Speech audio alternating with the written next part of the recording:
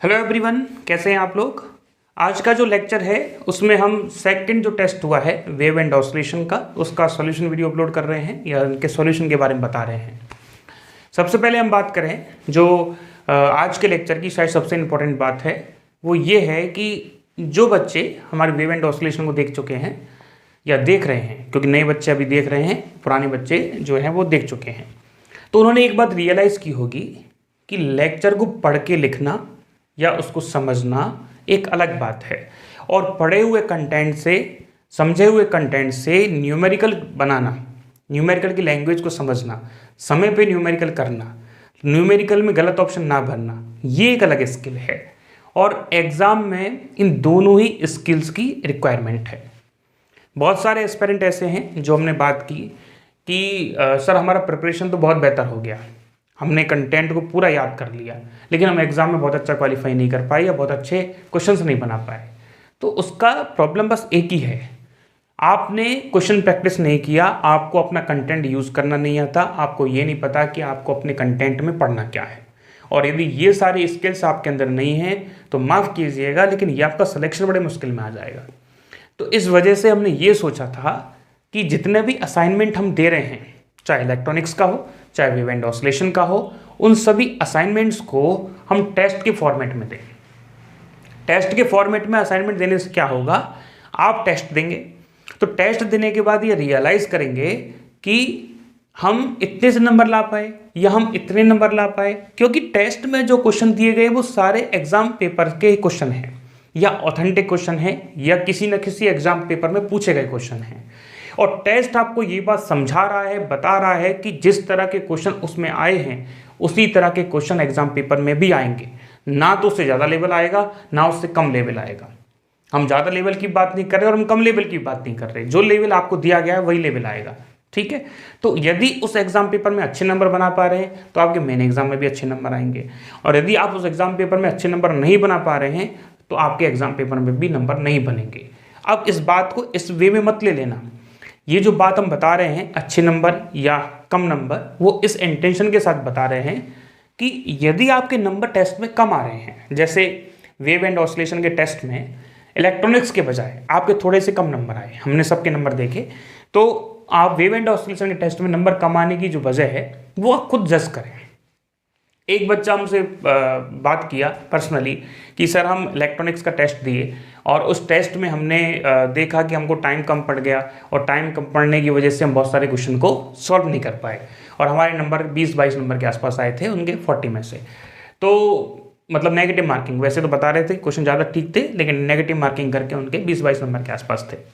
तो इस प्रॉब्लम के साथ उन्होंने कहा कि सर ऐसे कैसे काम चलेगा, वो इस चीज़ को लेके परेशानी में आ रहे थे, क्योंकि बाकी के जो बच्चे थे उनके नंबर काफ़ी अच्छे थे। तो इस केस में उन्होंने जो एनालाइज किया वो बता रहे थे कि सर मैं भविष्य में क्या करने वाला हूँ, 10-10 नंबर इंक्रीज करूँगा या 5-5 नंबर इंक्रीज करूँगा, कि अभी मेरे 22 नंबर हैं तो मैं कोशिश करूँगा अगले टेस्ट में 30 आएँ, फिर कोशिश करूँगा कि 35 आएँ।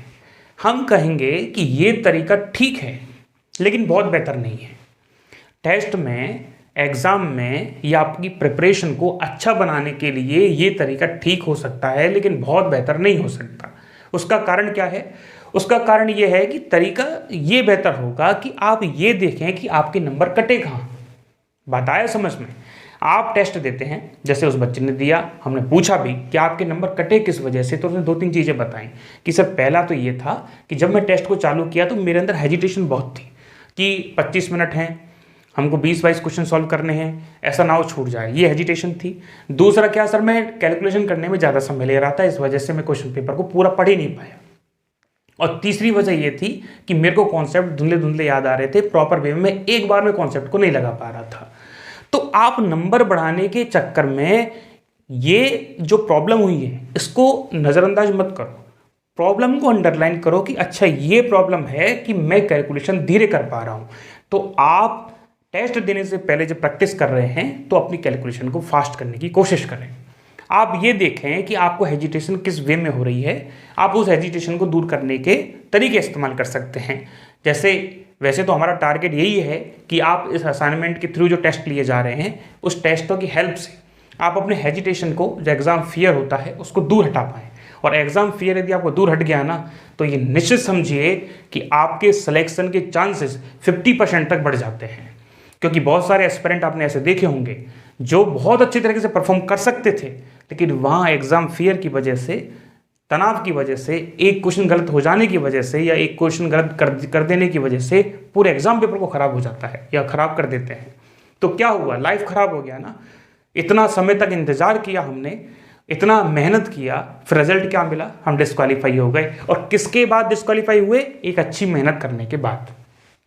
तो इस पैटर्न को या इस बात को, इस एक्सपीरियंस को ध्यान में रखते हुए ही हम रिपीट कर रहे हैं बार बार, आपका टेस्ट पैटर्न रखा गया है। तो टेस्ट पैटर्न जो रखा गया है उससे आपको घबराना नहीं है कि नंबर कम आए सर, नंबर कम आने की वजह से हमारा सिलेक्शन नहीं होगा सर। हमने इस वजह से ये बात नहीं की कि यहाँ नंबर आएंगे तो वहाँ नंबर आएंगे। हमने ये कहा कि यहाँ नंबर लाओ जिससे वहाँ नंबर आए, यहाँ कमियाँ दूर करो जिससे वहाँ कमियाँ ना देखने को मिले। एक कोड आपने बहुत अच्छा सुना होगा, जो तैयारी में पसीने बहाता है वो युद्ध में खून कम बहाता है। बहुत अच्छा कोड है ये, हम हमारे समय पे भी बहुत अच्छे से याद रखते थे और आपको भी याद रखनी चाहिए। तो इस समय जो जितनी ज़्यादा मेहनत करेगा उसको आगे आने वाले समय में उतना ही फायदा होने वाला है। ठीक है, उन 3 घंटे जो आपका एग्जाम पेपर होगा उसको ध्यान में रखते हुए हमको बहुत बेहतर तरीके से एक स्किल तैयार करनी है एग्जाम पेपर को सॉल्व करने की। और एग्जाम पेपर को सॉल्व करने की स्किल तब डेवलप होगी जब आप अच्छे से पढ़ाई कर चुके होंगे। हमें ऐसा लगता है कुछ नए बच्चे आए हैं जो अभी शायद वेव एंड ऑसिलेशन को देख रहे हैं, नहीं तो बाकी के बच्चे पूरी वेव एंड ऑसिलेशन देख भी चुके हैं।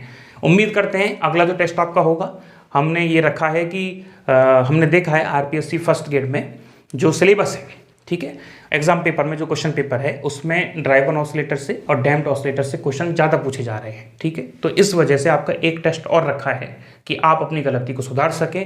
और इलेक्ट्रॉनिक्स में भी हालांकि जो टेस्ट का अनाउंसमेंट है वो 7 नवंबर का है और उसमें हमने टॉपिक रखे हैं रेक्टिफायर और फिल्टर्स, लेकिन इन फ्यूचर में एक टेस्ट और आपका हम कोशिश करेंगे कि कोशिश क्या 100% आपका एक टेस्ट और रखेंगे जो थ्योरम्स का होगा, सर्किट एनालिसिस का होगा, क्योंकि हमको वहाँ से ज़्यादा क्वेश्चन आने की उम्मीद लगती है और वहाँ से क्वेश्चन आते भी हैं। ठीक है, चलिए बाकी की बातें तो हम शायद एनबीएस केवीएस के बारे में आई थिंक प्रोजेक्टाइल मोशन के लेक्चर में कर चुके थे।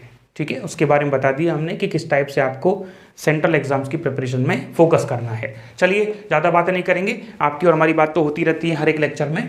तो आज हमारा जो सोल्यूशन है वो solution of test 2 wave and oscillation का है। और इस टेस्ट पेपर में आपको हमने 20 क्वेश्चन दिए थे, ये आपका टेस्ट पेपर है। और 20 क्वेश्चन जो थे पर क्वेश्चन 22 मार्क्स का था। क्वेश्चन की संख्या थी 20 और जो मार्क्स थे आपके क्वेश्चन के वो थे पर क्वेश्चन 2 थे, तो आपके टोटल मार्किंग थी 40 की। नेगेटिव मार्किंग जो हमने की थी वो 0.66 की थी, मतलब 1/3 नेगेटिव मार्किंग थी। इसके अलावा जो टाइमिंग था टेस्ट का वो 25 मिनट था। और बहुत बच्चे बोले कि सर हमारा तो 30 मिनट में सॉल्व हुआ, तो भैया कोशिश करो कि आपका टेस्ट विदिन 25 मिनट में सॉल्व हो। आगे आने वाले समय में धीरे धीरे इस टाइम को कम करेंगे, बढ़ाएंगे नहीं, क्योंकि हम चाहते हैं कि आप इतनी स्किल डेवलप करो कि 20 मिनट में 20 क्वेश्चन करो। ठीक है, इस वजह से हम 24 मिनट करेंगे, फिर 23 करेंगे, फिर 22 करेंगे, फिर 20 करेंगे, या हमने क्वेश्चन करना संख्या बढ़ा देंगे। दूसरा ऑप्शन ये हो सकता है कि हम 21 क्वेश्चन कर दें, 22 कर दें, फिर 25 क्वेश्चन का सीट आपको दे दें। ठीक है, चलिए तो जो पहला क्वेश्चन है जिसके बारे में हम बात कर रहे हैं वेव एंड ऑसिलेशन का, वो है आपका ड्राइवन ऑसिलेटर से। ड्राइवन ऑसिलेटर में आपको कहा गया है कि एक प्रणोदित दोलक मतलब ड्राइवन ऑसिलेटर का न्यून आवृत्ति पर, देखो कितनी अच्छी बात दी है, इसने स्पेशल कंडीशन की बात की है। हमने जब आपको ड्राइवन ऑसिलेटर पढ़ाया था तो आपको बताया था कि 3 तरह की कंडीशन इसमें बनती, वैसे 4 थी लेकिन चौथी कंडीशन स्पेशल थी। ठीक है, स्पेशल क्यों थी? क्योंकि वो कंडीशन थी रेजोनेंस की, और रेजोनेंस की कंडीशन अपने आप में एक्स्ट्रा इंपॉर्टेंट है, एक्सट्रीमली इंपॉर्टेंट है। ठीक है, 3 कंडीशन क्या थी कि सर यदि हमारी जो फ्रिक्वेंसी है नेचुरल फ्रिक्वेंसी वो बहुत बड़ी हो, किसकी तुलना में? ये ड्राइवन फ्रिक्वेंसी की तुलना में, तो ये क्या कहलाएगा? लोअर ड्राइवन फ्रिक्वेंसी स्टेट, मतलब न्यून चालित आवृत्ति अवस्था। उसके बाद हमने कहा कि सर क्रिटिकल स्टेट हो, तो क्रिटिकल स्टेट में लगभग बराबर होते हैं कौन कौन? ड्राइवन फ्रिक्वेंसी और नेचुरल फ्रिक्वेंसी, मतलब स्वाभाविक आवृत्ति जिससे दोलन करता है, या मुक्त दोलक की आवृत्ति मतलब ओमेगा नॉट। और ओमेगा क्या थी? ये लिख देते हैं, ये थी चालित दोलक की आवृत्ति या चालित आवृत्ति इसको कहते हैं, ड्राइवन ऑसिलेटर फ्रीक्वेंसी। ठीक है,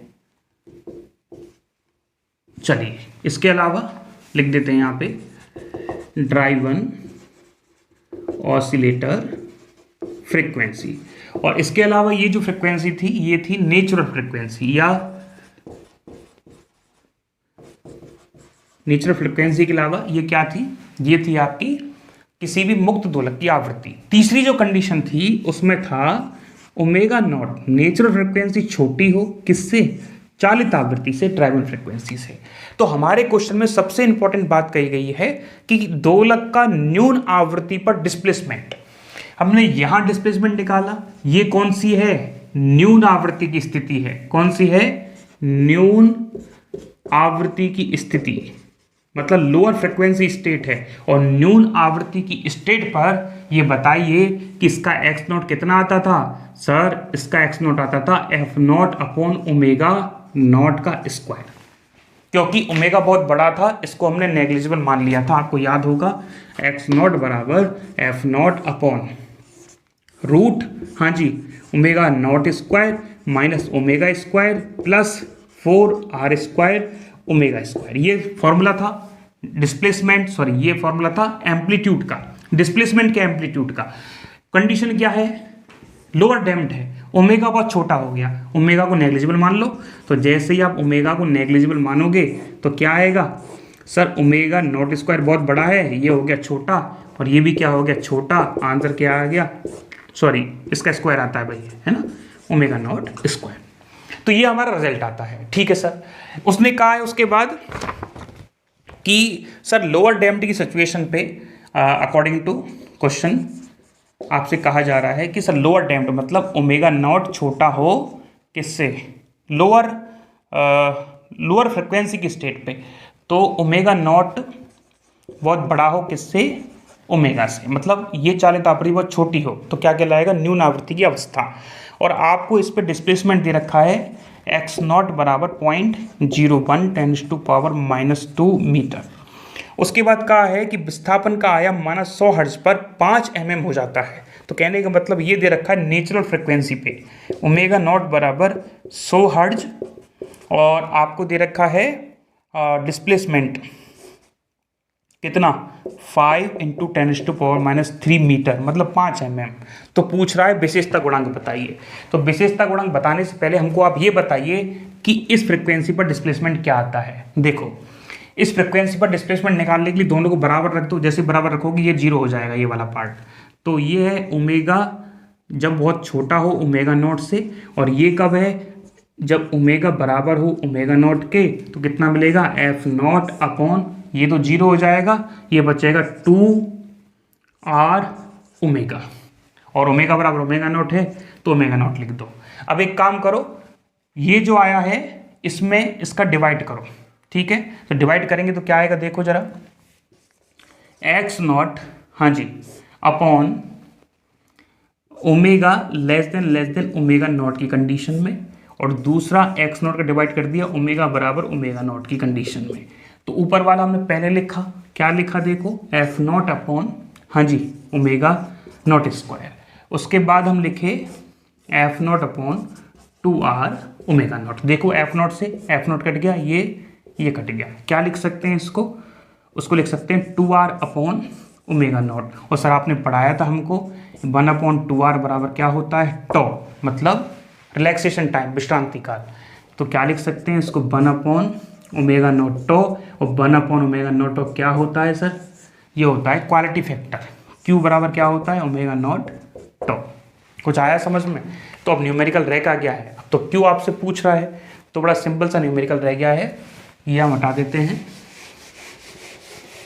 हाँ जी, आपसे कहा गया है कि आप हमको निकाल के दो Q, तो Q बराबर क्या हो जाएगा, Q बराबर क्या हो जाएगा सर, इसको ऊपर ले लो, एक्स नॉट ओमेगा बराबर omega naught upon x not omega less than omega not. हाँ जी, डिस्प्लेसमेंट कितना दे रखा है यहाँ पे, छोटे वाले पे, लेस देन सॉरी बराबर वाले पे ये है सर 5। तो क्या लिख सकते हैं, 5 × 10⁻³ और नीचे क्या दे रखा है भाई डिस्प्लेसमेंट 0.01 मल्टीप्लाई बाई -2। तो देखिए यह -1 बचेगा और ये ऊपर जाएगा तो आ जाएगा 50। तो आपका कौन सा ऑप्शन हो गया? ऑप्शन हो गया आपका ए। ठीक है, देखो एक बार रिपीट कर रहे हैं। ये सारा डेरिवेशन इसलिए करवाया है वापस, वैसे आप सबने देख लिया होगा, इसलिए करवा रहे हैं जिससे एक बार रिवाइज हो जाए। तो सिंपल सा कॉन्सेप्ट है। ड्राइवन ऑसिलेटर में 4 तरह की कंडीशन पढ़ते हैं। लोअर फ्रिक्वेंसी स्टेट, न्यून आवृत्ति की अवस्था, जिसमें चालित आवृत्ति ओमेगा को छोटा किया जाता है स्वाभाविक आवृत्ति से, नेचुरल फ्रिक्वेंसी से। इसके अलावा सेकंड होती है क्रिटिकल, इसके बाद होती है हायर फ्रिक्वेंसी स्टेट, फिर होती है रेजोनेंस। सबसे इंपॉर्टेंट रेजोनेंस बताई थी। इस केस में क्या किया गया है कि हमको 2 फ्रिक्वेंसी दी गई है, एक तो लोअर फ्रिक्वेंसी की स्टेट और एक क्रिटिकल फ्रिक्वेंसी की स्टेट।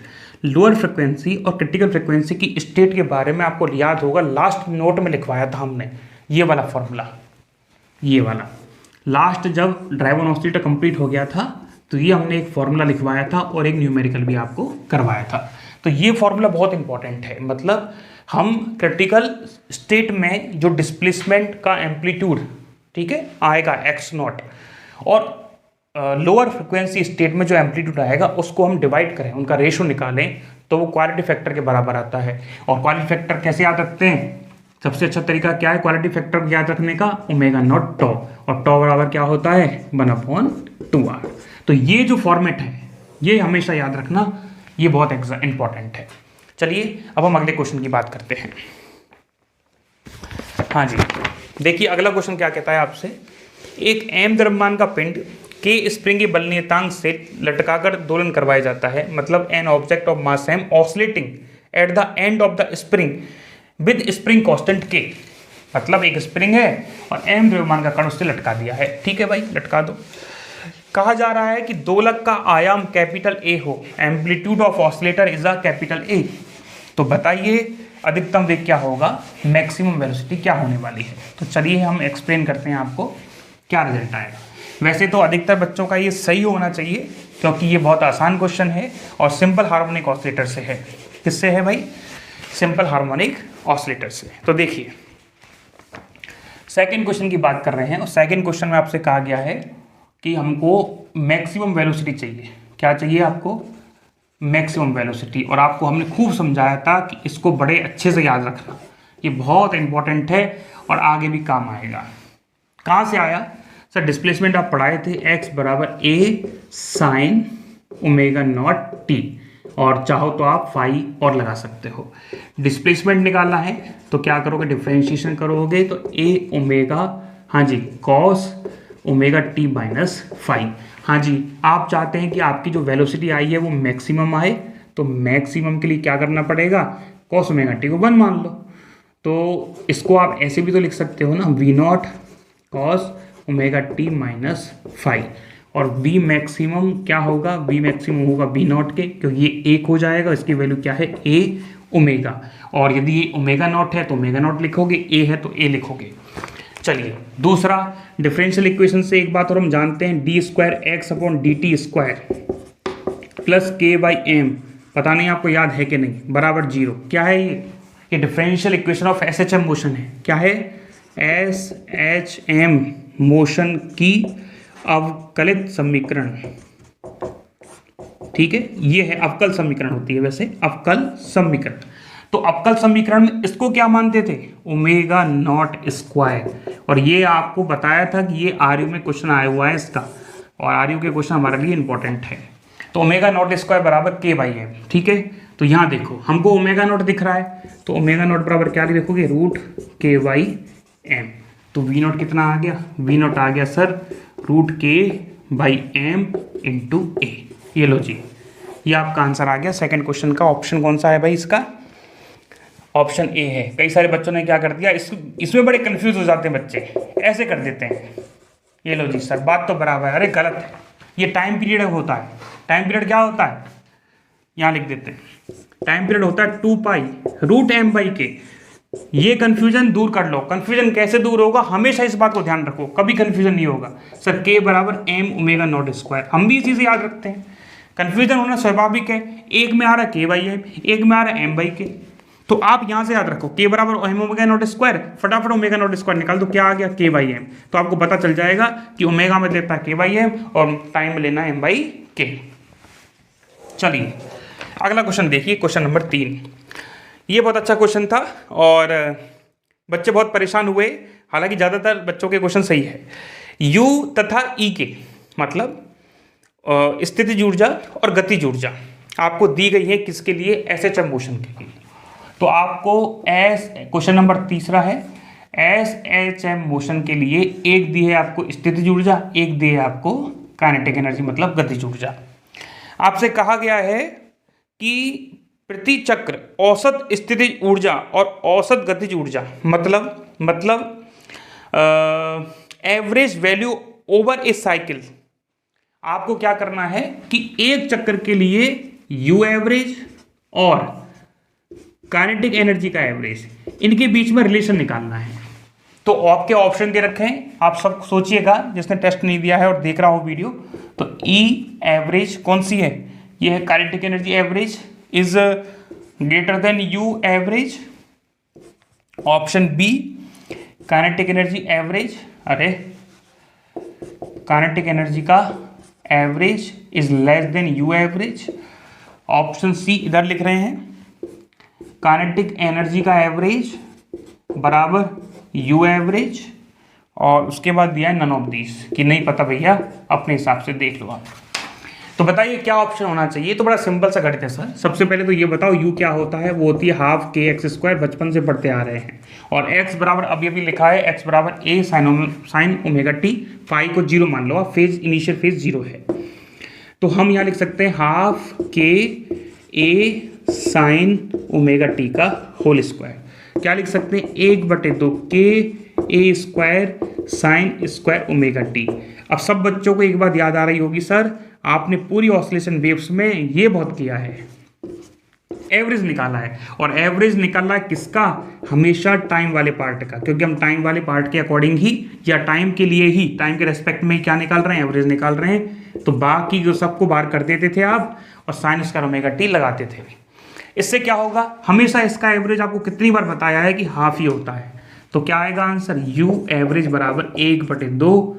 1/2 क्यों, 1/2 और 1, चलो एक बार वापस लिख देते हैं। ये लो जी, कितना आंसर आ गया 1/4 के ए स्क्वायर। क्या है ये, यू एवरेज। अब बताओ काइनेटिक एनर्जी आप निकालो।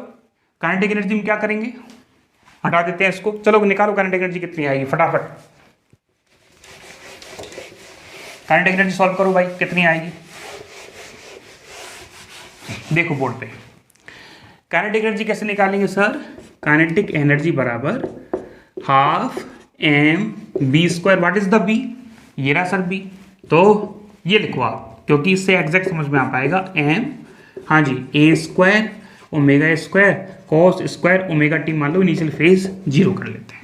एवरेज ले लो, तो फिर वही बात आ गई, क्या काम की चीज को अंदर रखो, बाकी का सब बाहर। और काम की कौन सी होगी, जो टाइम की टर्म है वो हमारे काम की है, क्योंकि एवरेज तो हम टाइम के रेस्पेक्ट में निकाल रहे हैं ना।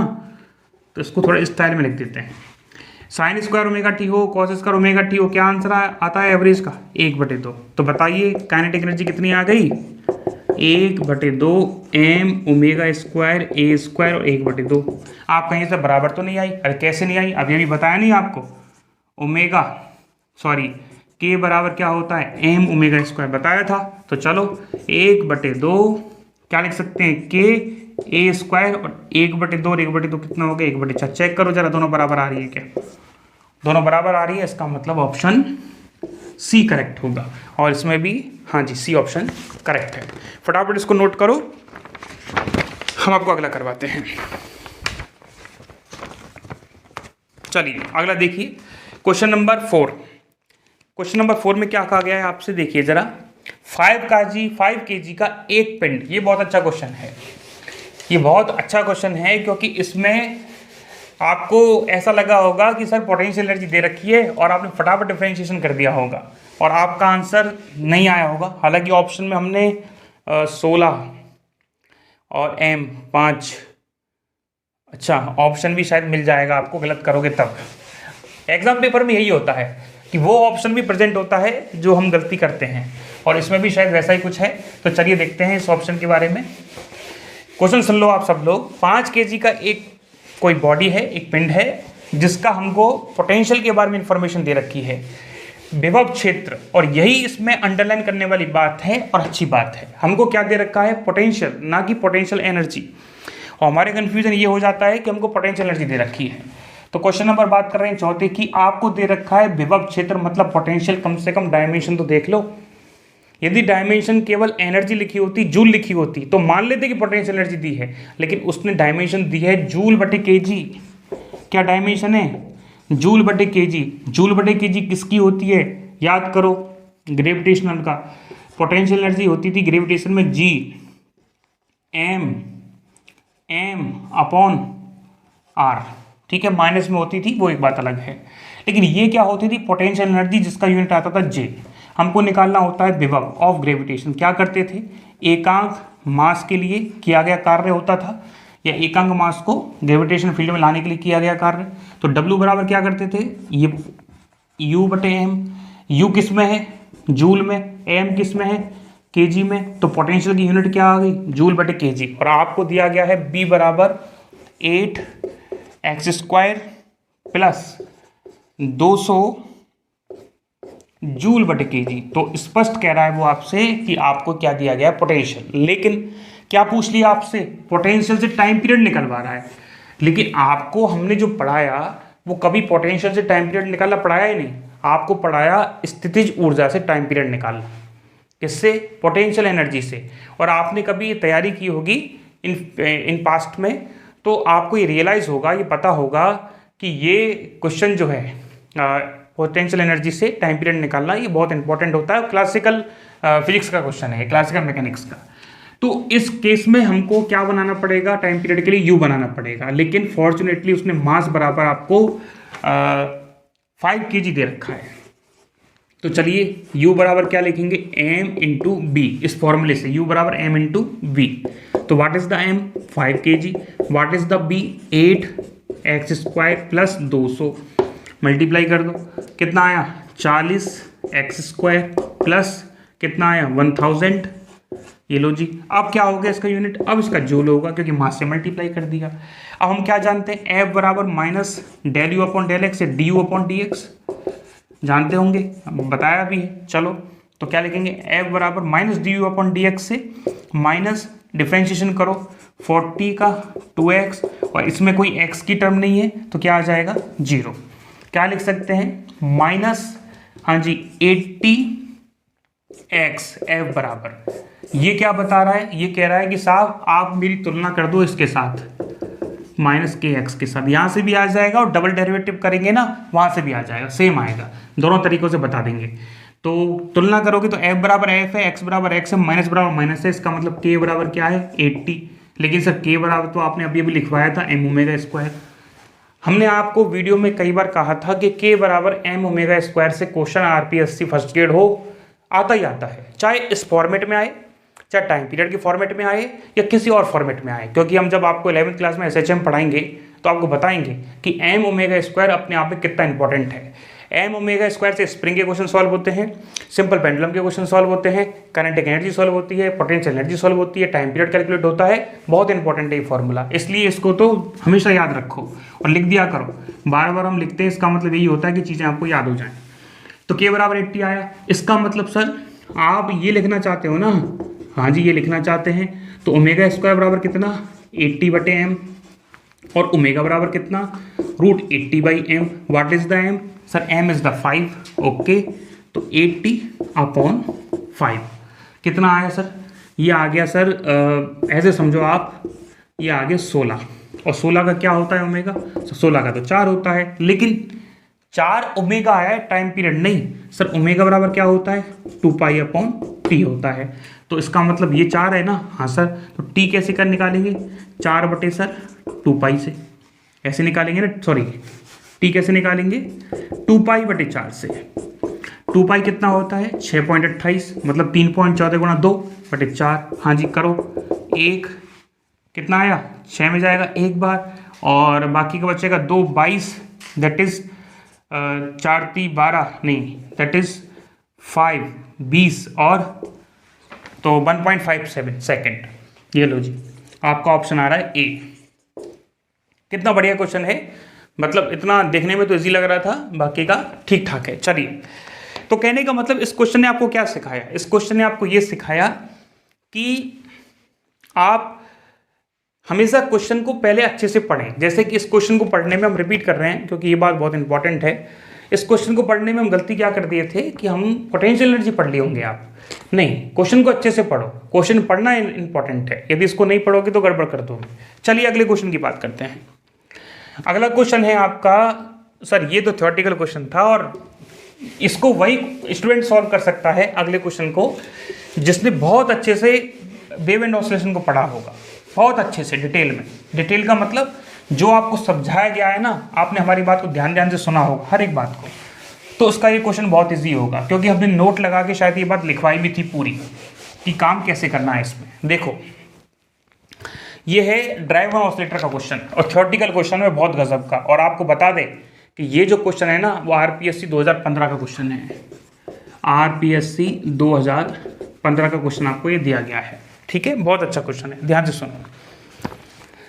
प्रणोदित दोलक में शक्ति का अवशोषण अधिकतम होता है। प्रणोदित दोलक में शक्ति का अवशोषण अधिकतम होता है, मतलब पावर जो होती है ना वो आपको मैक्सिमम के लिए बात कर रहा है वो। यदि होता है, कब होता है? ऑप्शन पहला है जब वेलोसिटी और फोर्स दोनों सेम फेज में हो, मतलब बल तथा वेग दोनों समान कला में हो। जब वेग तथा बल दोनों आउट ऑफ फेज में हो, मतलब विपरीत कला में हो, अपोजिट फेज में हो, ठीक है। जब वेग तथा बल में फेज डिफरेंस π/2 का हो, कलांतर π/2 हो, या वेग तथा बल में जो कलांतर है वो π/4 का हो। सर क्या बताएं आपको, क्या बताओगे आप? देखो इधर x जो डिस्प्लेसमेंट आया था उसको हमने लिखा था कि x0 sin ωt लिख लो, ठीक है। ये हमने आपको बताया था और ये इसमें फाई भी था, आपको याद होगा। फोर्स के बारे में आपको कहा था हमने, फोर्स बराबर ये तो ऐसा ही है F0 sin ωt, इसमें कोई फेज नहीं है। और वेलोसिटी तो आप बचपन से ही जानते हैं, इसको सॉल्व करके निकालते हैं तो x0 ω0, ठीक है। इसको ω0 करो तो ω0 और क्या लिख सकते हैं अपन लोग, sign ωt minus, sorry cos आएगा ना, तो कॉस ωt माइनस 5। अच्छा, अब हम क्या चाहते हैं, ये साइन में है, ये साइन में है, तो इसको भी साइन में बदल दिए। और साइन में बदलने का तरीका आपको क्या बताए थे सर? हमेशा जो वेग होगा हमेशा वो विस्थापन से या डिस्प्लेसमेंट से π/2 आगे होता है, तो ωt माइनस 5 प्लस π/2 बताए थे आपको ये बात, ठीक है। चलिए, तो एक ऐसी आपको याद होगा जब पूरा डेरिवेशन करवा दिया था तो लास्ट में आपको एक टेबल बनवाई थी और उस टेबल में तीनों कंडीशन के लिए, फाई बराबर 0 के लिए, फाई बराबर π/2 के लिए और फाई बराबर पाई के लिए, इन तीनों बातों के लिए आपको ये समझाया था कि हमने कैसे कैसे काम करना है। तो केवल एक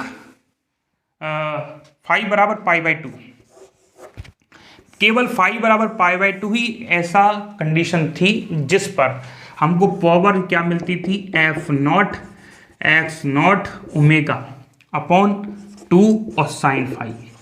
आपको याद होगा ऐसा कुछ पावर मिलती थी।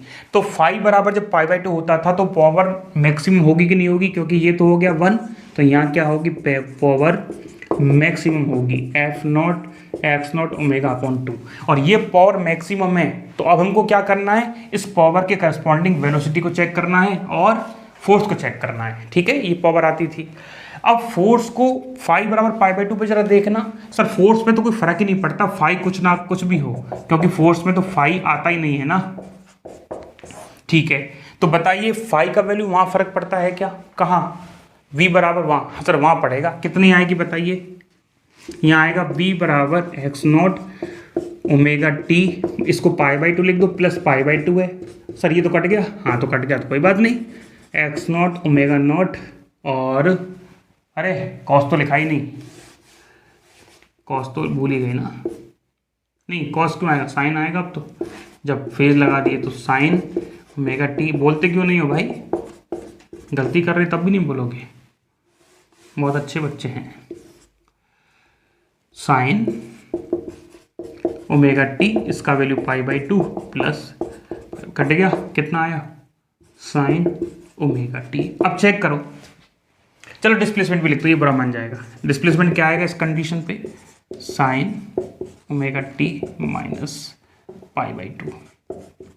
इसमें फेज कितना है? Omega t minus π/2। इसमें फेज कितना है? Omega t. इसमें कितना है? Omega t. तो बताइए बल और वेग सेम फेज में हुए कि नहीं हुए? ये इतना प्रपंच हमने इसलिए किया है क्योंकि यही फॉर्मेट आपको कॉपी में लिखवाया गया था और हम चाहते थे कि वही फॉर्मेट आपको एक बार रिमेंबर हो। तो ऑप्शन इसका पहला ठीक है कि इस कंडीशन में वेलोसिटी और फोर्स जो होंगे वो सेम फेज में होने वाले हैं। ठीक है, चलिए अगले क्वेश्चन की बात करते हैं। अगला क्वेश्चन नंबर 6 है, आप इसको फटाफट नोट कर लें।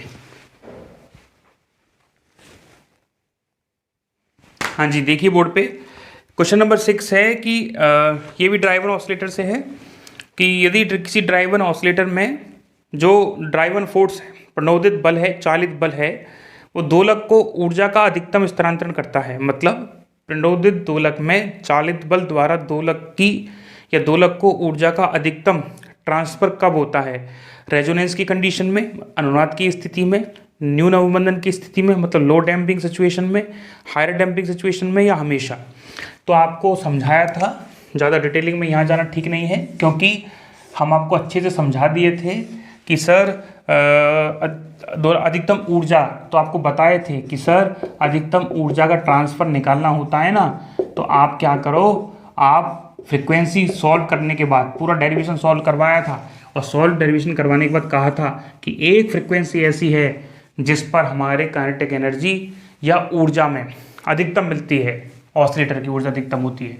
तो वो क्या थी? एक ही फ्रीक्वेंसी थी और वो फ्रीक्वेंसी कौन सी थी? ओमेगा बराबर ओमेगा नॉट। उस पर क्या मिला था आपको? उस पर सर काइनेटिक एनर्जी क्या मिली थी? मैक्सिमम मिली थी। ठीक है, चलिए तो ऑप्शन इसका हो जाएगा ए।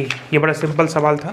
क्वेश्चन नंबर 7, एक दोलक निम्न संबंध के अनुसार, ये क्वेश्चन तो आपको शायद हमने फेयर में भी करवाया है, x बराबर 20।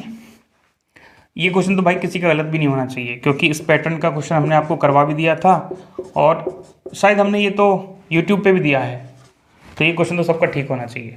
हाँ जी, क्या पूछा है सर? दो चीज़ें दी हैं आपको, एक तो 2 kg, ठीक है, इसके अलावा t बराबर 2 सेकेंड, ठीक है। तो बताइए क्या डिस्प्लेसमेंट, क्या सर डिस्प्लेसमेंट क्या बताना है आपसे? डिस्प्लेसमेंट पूछा है तो ठीक है, देखो x बराबर कितना, t बराबर 2 सेकेंड में रख दो, t बराबर 2। डिस्प्लेसमेंट तो दे रखा है आपको, दे क्या रखा है? 2 पाई इंटू 2 प्लस π/6 कितना हो गया? 4 पाई। हम जानते हैं कि साइन 4 पाई प्लस π/6 कितना होता है? साइन π/6। कौन कौन से बच्चे ऐसे हैं जिनको ये नहीं पता कि साइन 4 पाई प्लस π/6 क्यों π/6 होता है? कौन कौन से बच्चे हैं? हाथ ऊपर खड़े करो भाई। नहीं सर, बेइज्जती होता है हमारा। ठीक है भाई, मत करो। ये लो जी, यहाँ से चलना चालू करो क्योंकि 0 है ना। यहाँ कितना? π/2, यहाँ कितना? पाई, 3π/2 और 2 पाई। इसका मतलब क्या है? जब एक बार और चक्कर लगाओगे तो 4 पाई, एक बार और चक्कर लगाओगे तो 6 पाई। मतलब इवन नंबर में, सम संख्या में जो पाई आ रहे हैं वो 360 पे जाके मिल रहे हैं क्योंकि इसका मतलब क्या है? 2 पाई का मतलब 360।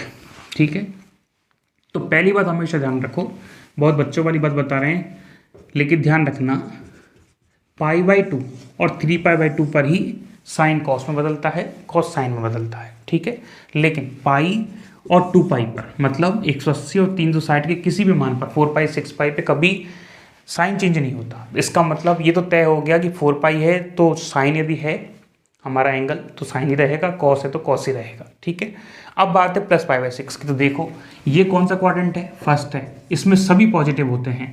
तो 4 पाई प्लस π/6 मतलब 4 पाई में क्या जोड़ा गया है? π/6। तो कौन से क्वाड्रेंट में चला गया? पहले में। तो पहली बात तो साइन चेंज नहीं होगा, दूसरा पॉजिटिव होता है तो पॉजिटिव लिख दिए, ये लिख दिए। ठीक है, चलिए तो साइन π/6 कितना? 30 डिग्री। तो 20 गुणा साइन 30 डिग्री, हाँ जी, साइन 30 कितना होता है 1/2, तो 20 गुणा 1/2 बराबर कितना आया 10। तो पहला ऑप्शन देखो 10 10 10, अरे ऑप्शन बनाने वाला भी बहुत इंटेलिजेंट है। तो ए बी सी तीनों ऑप्शन में 10 10 मीटर आंसर है। इसका मतलब हो सकता है ये ऑप्शन हो, तीनों में से कौन सा होगा पता नहीं। हम वेलोसिटी के बारे में इंफॉर्मेशन आपसे पूछते हैं। वेलोसिटी आप जानते हैं सर, अभी अभी बताया था, b बराबर डिफ्रेंशिएशन कर दो x का। हमको काहे परेशान करते हो भाई, बार बार सेम चीज़ करवानी है आपको। t डिफ्रेंशिएशन क्या होगा 2 पाई, क्योंकि ओमेगा 2 पाई दे रखा है, और साइन का हो जाएगा इस बार कॉस, क्योंकि डिफ्रेंशिएशन है 2 पाई t, हाँ जी, प्लस π/6, और ये आ गया मीटर। मीटर क्यों आएगा, तो मीटर बटे सेकंड हो जाएगा भाई, क्योंकि डिफ्रेंशिएशन हो गया है।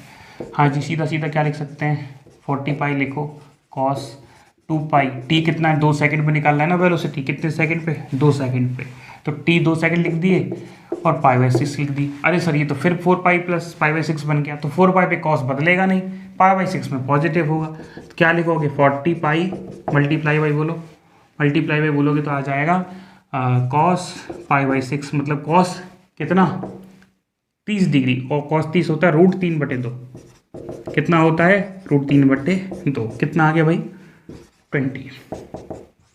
तो 20 पाई √3, आप चेक कर लेना इसको, 108.8 मीटर अपॉन सेकंड आएगा। लेकिन फिर भी ये 108.8 मीटर बटे सेकंड दो क्वेश्चनों में है, दो ऑप्शन में है। अब हमको पता चलेगा ऑप्शन से। अब हमको चाहे तो आप एक्सेलरेशन कैलकुलेट मत करो, क्योंकि एक्सेलरेशन अलग अलग दे रखा है दोनों ऑप्शन का। एक में एक्सेलरेशन की वैल्यू नेगेटिव है, एक में एक्सेलरेशन की वैल्यू पॉजिटिव है। और समझदारी से जवाब देना। ए का फॉर्मूला क्या लिखाए थे, -ω² A sin ω t लिखाए थे कि नहीं लिखाए थे। तो एक्सेलरेशन कैसा आएगा नेगेटिव, तो ऑप्शन बी टिक कर दो सीधा ही, सोचने की जरूरत नहीं है। और यदि सोच नहीं रहे हो, क्वेश्चन करना चाहते हो, तो लिख लो फिर भैया ω² A मतलब एम्पलीट्यूड, और साइन ω t -φ, तो यहाँ लिख लो ω t -φ, t का वैल्यू 2 रख लो, तो वही आ जाएगा। a बराबर ओमेगा का मतलब 2 पाई का होल स्क्वायर जो दे रखा है, माइनस तो लगा दो। a कितना दे रखा है 20, साइन π/6, सॉल्व कर लो, कितना आएगा आंसर आएगा आपका -394.78 मीटर अपॉन सेकेंड स्क्वायर। चलिए अगला क्वेश्चन की बात करते हैं। अगला क्वेश्चन भी बहुत इजी है। देखो अगला क्वेश्चन क्या है आपका,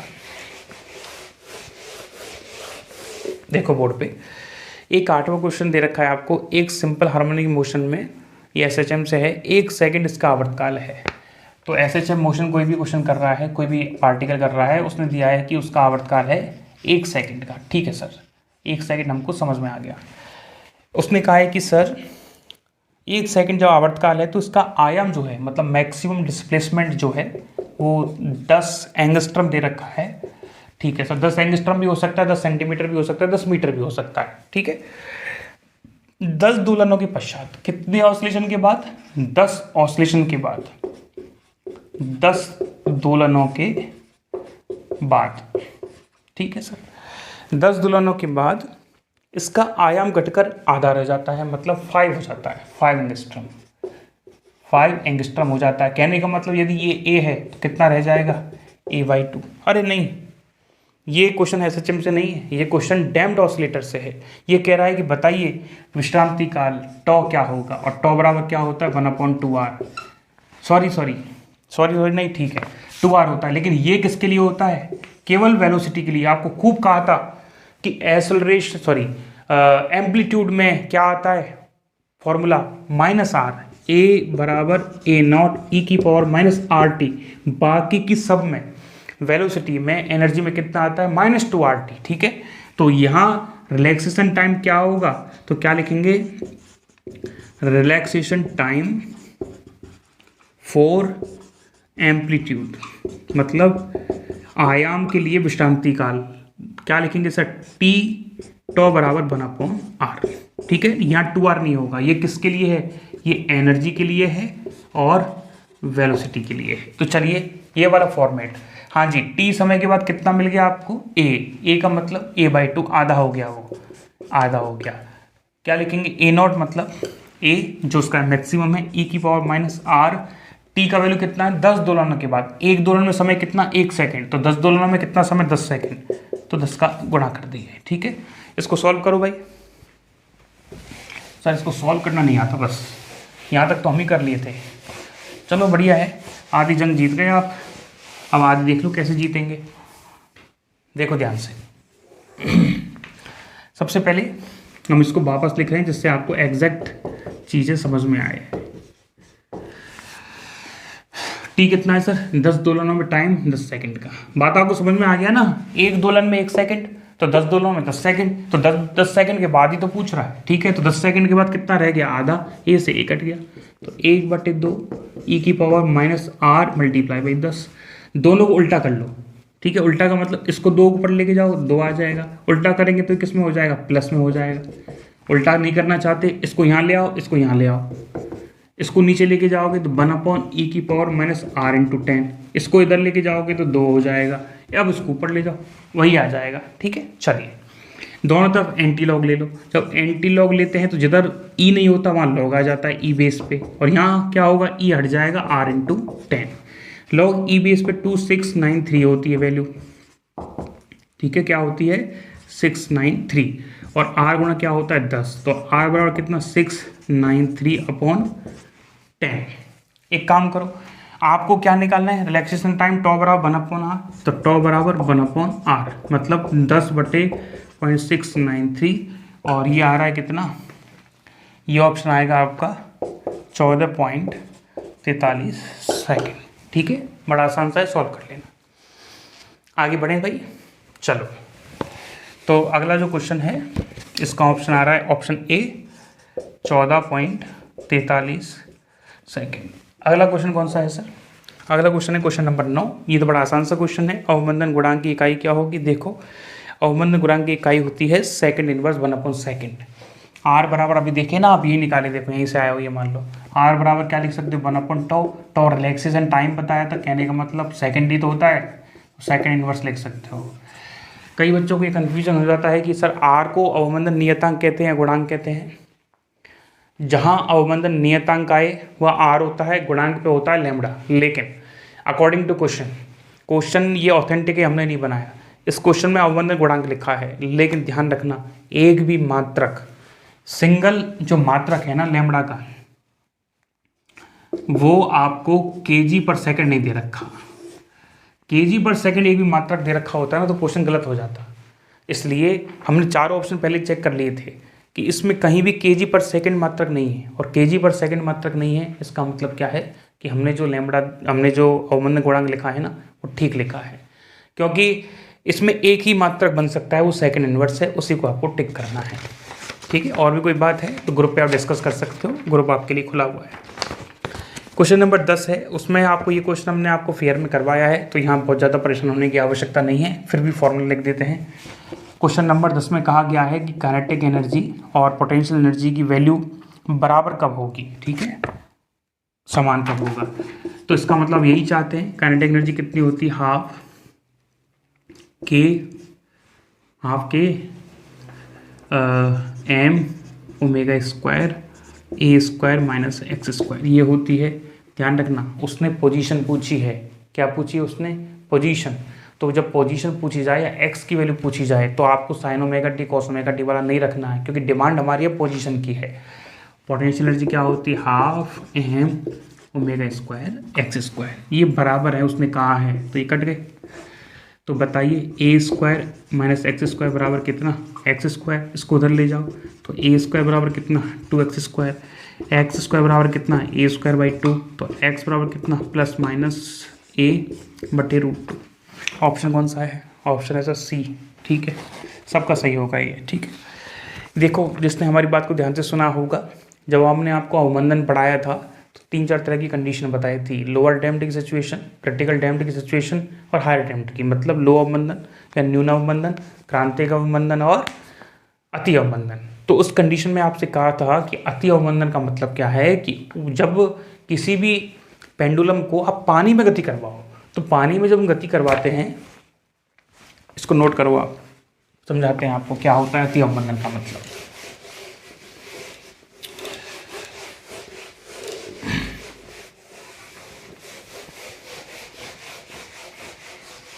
देखो बोर्ड पे बहुत अच्छी चीज़ बता रहे हैं, वैसे बता चुके हैं हम एक बार और, लेकिन देख सुनो। अति अवमंदन का मतलब क्या है?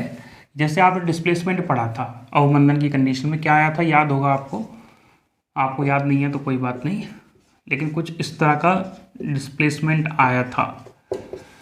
इसको ए कर लो, इसको बी कर लेते हैं। याद है किसी को? ये सब ऐसे ही बैठे हैं भैया। ये आया था डिस्प्लेसमेंट, ठीक है।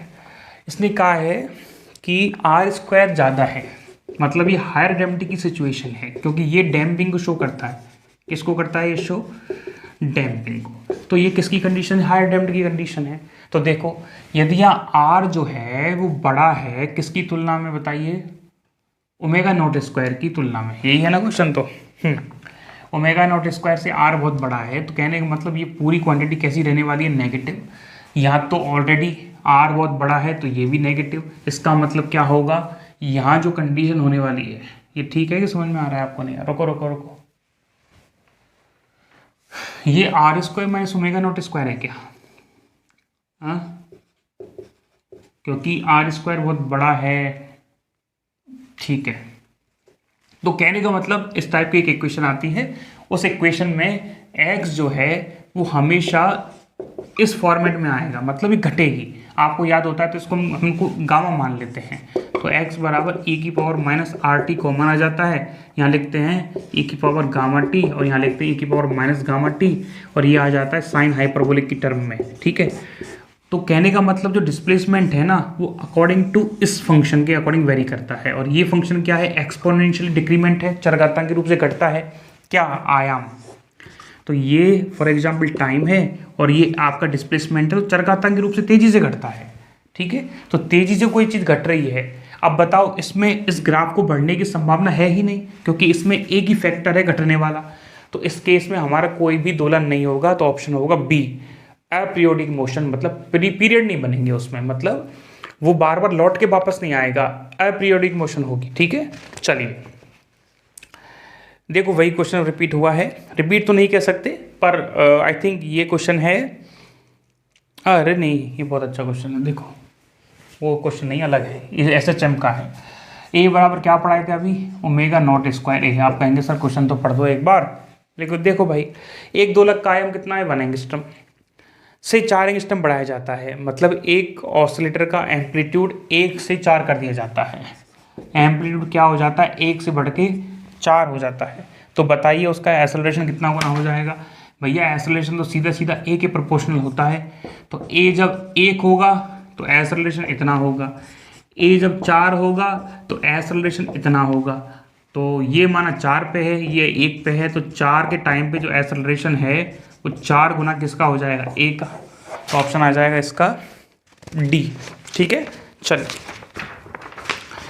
अब अगला जो क्वेश्चन है आपका, वो क्वेश्चन नंबर है 1 सेकेंड। क्वेश्चन नंबर हमने कौन सा करवा दिया आपको? 12 करवा दिया है। कौन सा क्वेश्चन करवा दिया है? 12। और उसके बाद क्वेश्चन नंबर है आपका 13। चलिए देखो अगला क्वेश्चन क्या कहता है आपसे।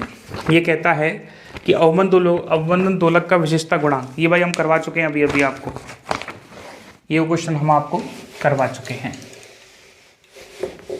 देखो क्या कहता है क्वेश्चन। क्वेश्चन आपसे कह रहा है कि अवमंदित दोलक का क्वालिटी फैक्टर क्यू डिपेंड करता है अवमंदन गुणांक पे आर पे। तो बताइए कैसे डिपेंड करता है? आपको खूब समझाए थे, ओमेगा नॉट टो या ओमेगा नॉट अपॉन 2r। तो Q प्रपोर्शनल टू 1/r, ये आपको बता रहा है। तो ये क्या है? अवमंदन गुणांक, अवमंदन को शो करता है। उसने कहा है कि सर मैं अवमंदन गुणांक बढ़ा दूं, मतलब मैं r को बढ़ा दूं, तो कॉमन सेंस की बात है Q क्या होगा? घट जाएगा। तो ऑप्शन कौन सा आया? बी। और आपको हमने इसको इंपॉर्टेंट भी बताया था, ठीक है। चलिए अगला क्वेश्चन है, इस टाइप के क्वेश्चन 11th में आपको बहुत करवाएंगे। सरल आवर्त गति करते हुए कण का आवर्तकाल कैपिटल T है, आयाम A है तथा किसी क्षण विस्थापन x है, तो ज्ञात कीजिए कि x बराबर 0 से x बराबर a/2 तक जाने में कितना समय लगेगा। तो हमको कहाँ से कहाँ तक जाना है? माना ये कोई SHM मोशन हो रही है और ये x बराबर 0 की स्थिति है, ये प्लस a की स्थिति है, ये माइनस a, मतलब एम्पलीट्यूड है, और वो कह रहा है कि आपको यहाँ तक जाने में कितना समय लगेगा। तो हमारा फॉर्मूला क्या है, x बराबर a sign omega T. x मतलब डिस्प्लेसमेंट कहाँ तक जाना चाहते हैं, a/2 तक, तो चले जाइए a/2 तक। साइन ओमेगा टी, a से a कट गया तो 1/2 साइन ओमेगा का मतलब 2π/t इंटू टाइम। लेकिन 1/2 भी तो किसी की वैल्यू होती है, किसकी होती है, साइन 30 डिग्री की वैल्यू होती है, मतलब π/6 की वैल्यू होती है। किसकी होती है, π/6 की। तो π/6 बराबर हम 2π/t multiply by capital T आता है भैया, कैपिटल टी इंटू टी लिख सकते हैं कि नहीं लिख सकते, सर लिख सकते हैं। देखो पाई से पाई कट गया, क्या कट गया सर, तो स्मॉल टी बताइए क्या आ गया, स्मॉल टी आ गया सर कैपिटल T/12, और ये हमारा क्या हो गया आंसर, ऑप्शन ए। इतना टाइम लगेगा, ठीक है। तो बड़ा सिंपल सा है, इस टाइप के क्वेश्चन कोई भी बनते हैं तो इस क्वेश्चन की आप हेल्प ले सकते हैं, और इसकी एक ट्रिक होती है जिसको हम आपको वीडियो लेक्चर में ही प्रोवाइड करेंगे जब हम 11th का आपको पढ़ाएंगे ना तब। चलो बोर्ड पे देखो, अब अगला बोर्ड पे अगली चीज़ आपसे पूछी जा रही है कि सरल आवर्त गति करते हुए कण का आवर्तकाल कैपिटल टी है, आयाम ए है तथा किसी क्षण विस्थापन एक्स है, तो बताइए। अच्छा सेम क्वेश्चन है भाई, उसने अब ये पूछ लिया है कि अब ये तो आपने निकाल दिया T/12 होता है, ये बताइए कितना होता है। तो सर एक बात बताइए, दोलन का मतलब क्या है, दोलन का मतलब है जहाँ से पार्टिकल चले लौट के वहीं आ जाए। तो पहले पार्टिकल यहाँ आ गया, कितना टाइम लगा, T/4, फिर लौट के यहाँ आया, कितना टाइम लगा, T/2, फिर लौट के यहाँ आ गया, कितना हो गया 3T/4, और यहाँ कितना आ गया T। तो कुल मिला के सर क्या पता चला कि इस पॉइंट से इस पॉइंट तक जाने में टाइम कितना लगता है, T/4। 0 से x बराबर 0 से प्लस a तक जाने में टाइम कितना लगता है, T/4, और हमने आधा यहाँ तक पहुँचने में कितना टाइम लगता है, T/12।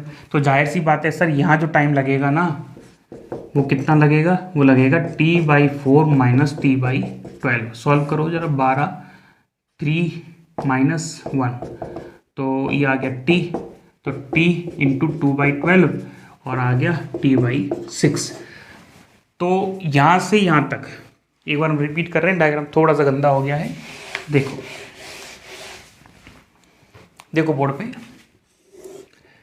x बराबर 0 और ये था प्लस a, तो देखो यहाँ तक मतलब a/2 तक पहुँचने में टाइम लगता था T/12, और यहाँ पूरे a तक पहुँचने में कितना टाइम लगता है, T/4। तो T/4 में से इतना घटा दो, कितना बचेगा, T/6।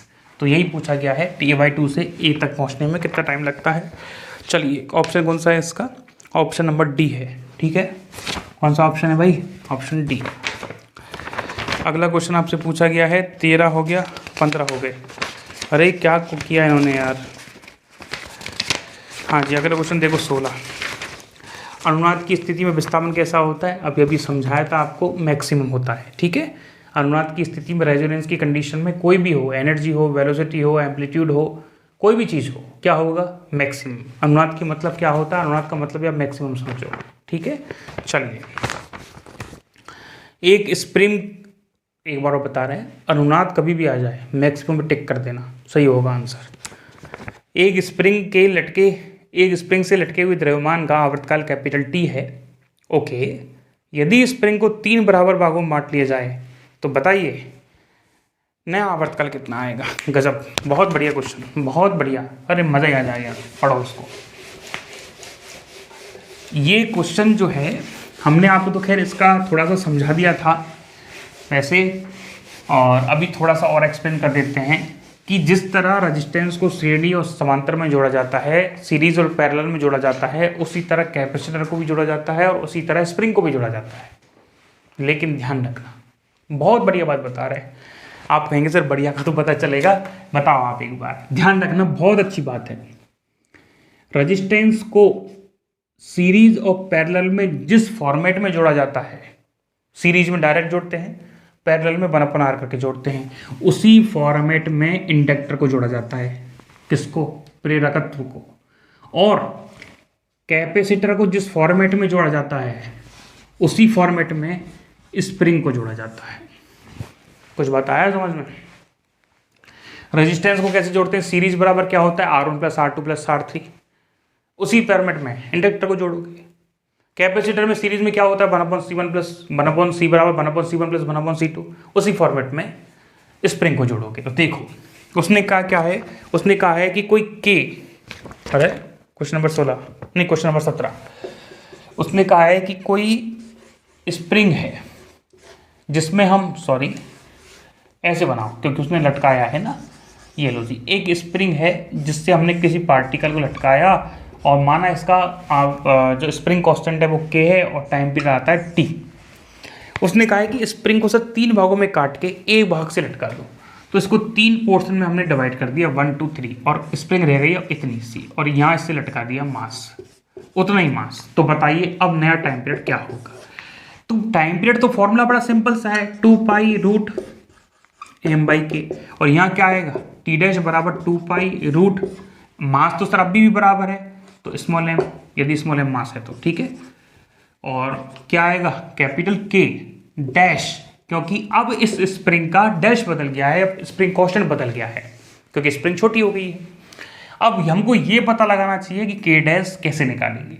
तो ये बताओ कि K डैश क्या है, पूरी स्प्रिंग का 1/3 भाग है, 1/3 भाग है।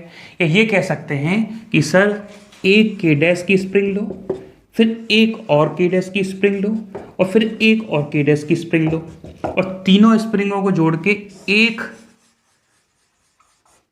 यहां भी थोड़ा सा बना देते हैं सर, एक K बल नियतांक की स्प्रिंग बनाई जा सकती है। यही तो किया था, दी गई K बल नियतांक की स्प्रिंगों को 3 भागों में बांटा था। तो अब कितना हो गया K dash K dash K dash, और इनको जोड़ेंगे तो बड़ी स्प्रिंग बन जाएगी। तो कहने का मतलब जब सीरीज में जोड़ा जाता है तो रिजल्ट कैसे निकालते हैं, 1/K इक्वलेंट, माना ये रिजल्ट है, क्या आएगा 1/K dash plus 1/K dash बराबर 1/K डैश। कितने हो गए, 3 हो गए, तो 3/K डैश बराबर 1/K इक्वलेंट। हाँ जी, तो 3K डैश निकालना है तो K डैश K इक्वलेंट, हाँ जी हाँ, इंटू 3, इसको इधर ले आए, इसको इधर ले गए। K इक्वलेंट क्या है हमको ऑलरेडी पता है कि रिजल्ट क्या आएगा, K के बराबर आएगा। तो K डैश बराबर कितना आ गया 3K। तो इसका मतलब जो सब बराबर भागों में बांटा जाएगा ना आपका स्प्रिंग, कभी भी, फॉर एग्जाम्पल ये K स्प्रिंग है और ये n भागों में बांटी गई है, n भागों में काट दिया, तो आपका हमेशा कितना हो जाएगा nk, क्या स्प्रिंग कांस्टेंट। ठीक है, रिपीट कर रहे हैं,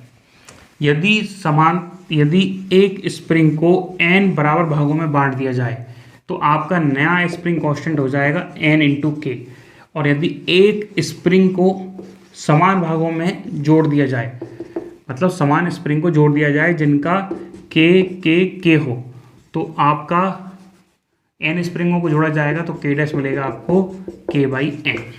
आ जाएगा समझ में, लेक्चर में पढ़ाएंगे SHM में, तब आएगा ध्यान से। ठीक है, तो K डैश बराबर कितना आ गया 3K, तो यहाँ क्या लिखेंगे T डैश बराबर 2 pi root m into 3K नीचे आएगा। ठीक है, क्या पूछा है आपसे, हाँ ठीक है 1/3K, तो T डैश कितना आ गया 2 पाई, ऐसा करो m/K को यहाँ लिखो और 1/√3 को बाहर कर लो, तो ये किसके बराबर है, ये तो सर T के बराबर है। T डैश कितना है T/√3। ऑप्शन कितना आ गया, ऑप्शन आ गया इसका C 18। सरल आवर्त गति में उस विस्थापन को ज्ञात कीजिए जब गतिज ऊर्जा कुल ऊर्जा की 90% हो जाए। ये बढ़िया क्वेश्चन दे दिया आप, ये क्वेश्चन अच्छा दे दिया भाई, और ये क्वेश्चन शायद हमने बिल्कुल एग्जैक्ट करवा रखा है आपको कॉपी में, नोटबुक में ये क्वेश्चन आपको हमने करवा रखा है, हमको ऐसा लगता है। तो चलिए फिर भी हम आपको एक बार समझा देते हैं। देखो जी 18वां क्वेश्चन है, आपको दिया है गतिज ऊर्जा और कुल ऊर्जा का रेशो, तो मतलब काइनेटिक एनर्जी और कुल ऊर्जा, तो इसका मतलब कहना क्या चाहता है, ये 90% है तो 90/100 लिख सकते हैं, या 100 लिख सकते हैं 9/10। तो ये कहना चाहता है कि काइनेटिक एनर्जी जो है ना इस समय, वो हमारा टोटल का 9 भाग काइनेटिक एनर्जी के पास है और टोटल 10 है, तो जाहिर सी बात है 1 भाग किसके पास होगा, पोटेंशियल एनर्जी के पास। ठीक है, चलिए काइनेटिक एनर्जी का फॉर्मूला क्या होता है, 12KA² - x²। टोटल एनर्जी का सर ये तो फुल होता है बिल्कुल, ये लो जी फुल, 9/10, 1/2 से गुणा कर दो भाई, 10A² 10x² बराबर 9 ए स्क्वायर, एक्स स्क्वायर को उधर ले जाओ, 9 को इधर ले आओ, ए स्क्वायर बचेगा, कितना आ गया 10 एक्स स्क्वायर। बताओ एक्स बराबर प्लस माइनस ए बटे रूट 10 लिख सकते हो कि नहीं लिख सकते? हाँ सर लिख तो सकते हैं, लिख सकते हैं। तो ये कह रहा है कि नहीं भैया हमको तो और करके बताओ, तो क्या लगता है ये आ जाएगा आपका प्लस माइनस ए अपॉन रूट 10 कितना होता है 3.14 होता है।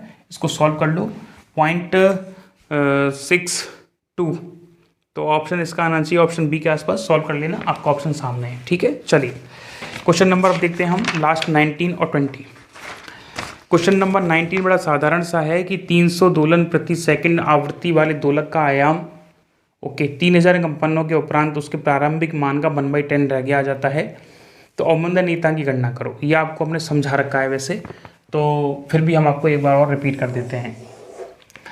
300 दोलन प्रति सेकंड करने वाले, मतलब आपको फ्रिक्वेंसी दी है 300 दोलन प्रति सेकंड, आवृत्ति दे रखी है आपको। दोलक का आयाम 3000 कंपनों के उपरांत, मतलब टाइम निकालना है।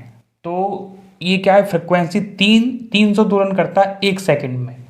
तो 1 सेकंड में कितने दोलन करता है ये 300, या ऐसे लिख सकते हैं 300 दोलन करता है वो 1 सेकंड में। ठीक है, तो बताइए 1 दोलन कितने सेकंड में करेगा सर? 1/300 में करेगा। तो बताइए 3000 दोलन में कितना समय लगेगा? तो 3000 दोलनों में समय लगेगा, आप गुणा कर दो बस, 1/300 गुणा 3000, तो ये लो जी, हाँ जी, हाँ जी 10 आ गया सर, 10 सेकंड लगेगी। तो ये क्या आ गया आपका टाइम आ गया। रिपीट करें एक बार, 300 दोलन प्रति सेकंड, मतलब 300 दोलनों में 1 सेकंड लगता है। तो 3000 दोलनों में, तो पहले ऐसा करो 1 दोलन में कितना समय लगेगा, 300 को नीचे ले जाए, 1/100, 1/300, तो 3000 में कितना समय लगेगा, 3000 का गुणा कर दो 1/300 मल्टीप्लाई बाई 3000, सॉल्व करो। इसका मतलब ये हुआ कि 3000 दोलनों में 10 सेकंड लगेगा।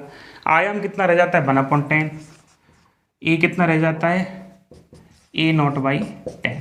क्या पूछा है भैया? अवमंदन नियतांक आर पूछा है आपसे। अभी फॉर्मूला लिखवाया है, A बराबर A0 e की पावर माइनस RT। क्या लिखवाया है? A बराबर A0 e की पावर माइनस RT। हाँ जी, A बराबर A0 e की पावर माइनस RT। तो कितना रह जाता है 1/10, किसका?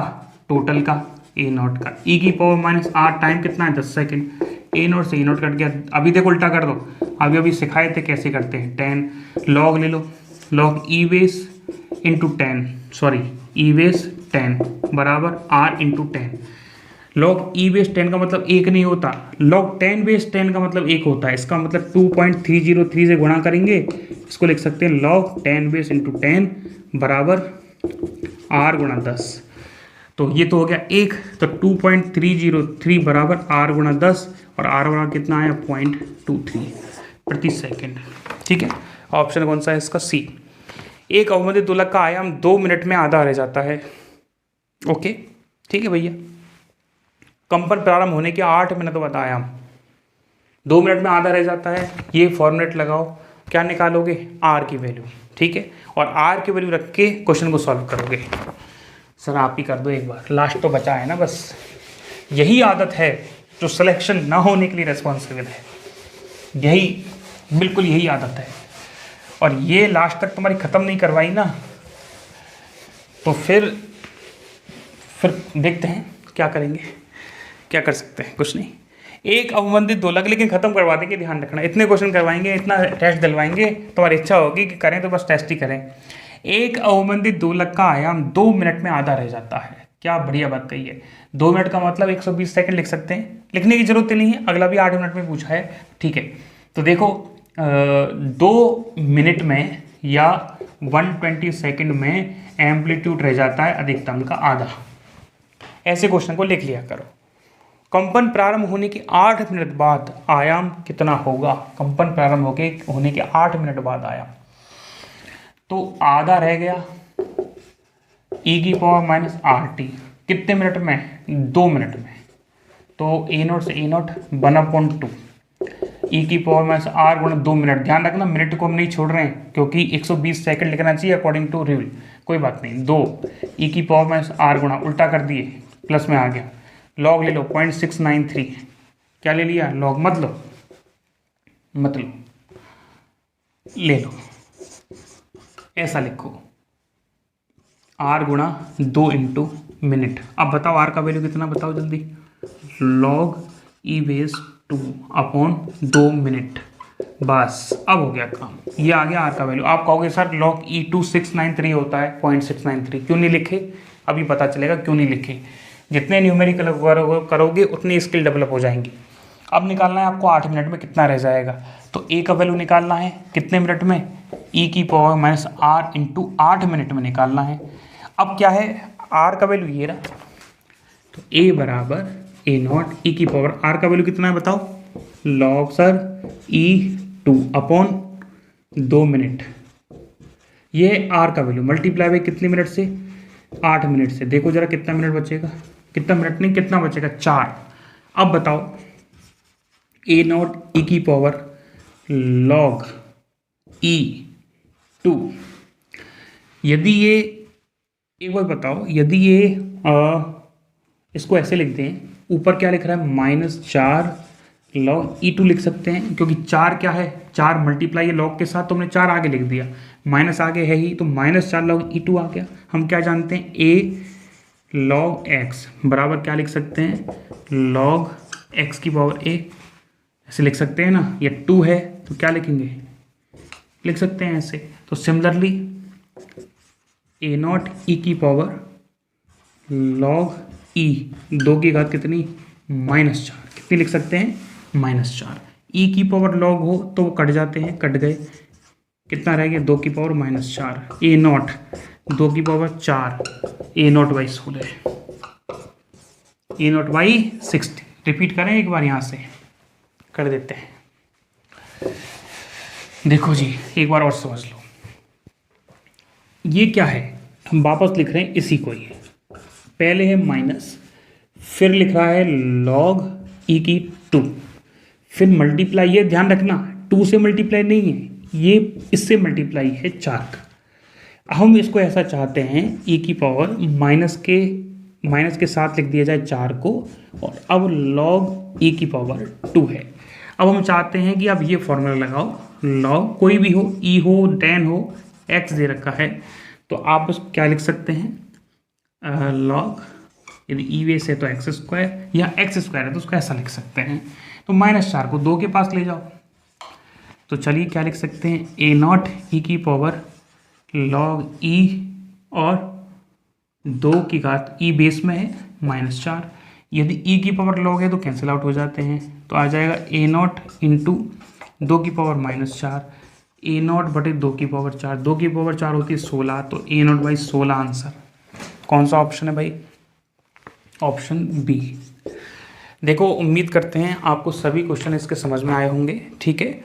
अगला जो टेस्ट है, हमने एक टेस्ट और रखा है इस चीज़ का कि इसमें ज़्यादा क्वेश्चन पूछे जाते हैं एग्जाम पेपर में, इस वजह से तो आप मेहनत के साथ कोई भी बिना तैयारी के टेस्ट ना दें, क्योंकि टेस्ट फॉर्मेट में एक बार में ही चालू होता है, और दूसरा सॉल्यूशन वीडियो देख के कोई टेस्ट ना दें, क्योंकि हमको सब पता रहता है कि इस टेस्ट में आपके कितने नंबर रहने हैं, क्योंकि हम टेस्ट पेपर को बड़े हिसाब से बनाते हैं, ऐसे उठा के नहीं बनाते। कुछ क्वेश्चन ईजी भी देते हैं, कुछ क्वेश्चन कठिन भी देते हैं। ऐसा टेस्ट पेपर होता है जिसके एवरेज मार्क्स की पता हमको होता है कि इतने इसमें इतने मार्क्स इसमें आने चाहिए, ठीक है। मतलब एक स्ट्रेटजिक तौर पे आपकी प्रिपरेशन करवाई जा रही है। तो आप टेस्ट को रेगुलर दें, रेगुलर पढ़ें। कोई भी प्रॉब्लम है तो पहले ग्रुप में शेयर करें। जो एनरोल्ड बच्चों को हमने ग्रुप बना रखा है जिसमें वो वीडियोज़ को देखते हैं, क्वेश्चन को सॉल्व करते हैं, नहीं आता तो सेंड करते हैं। उसके बाद हमको पर्सनली मैसेज कर सकते हैं, आपका सॉल्यूशन पर्सनली मैसेज पे कर दिया जाएगा, ठीक है। थैंक यू, बहुत अच्छा लगा आप लोगों के साथ, थैंक यू।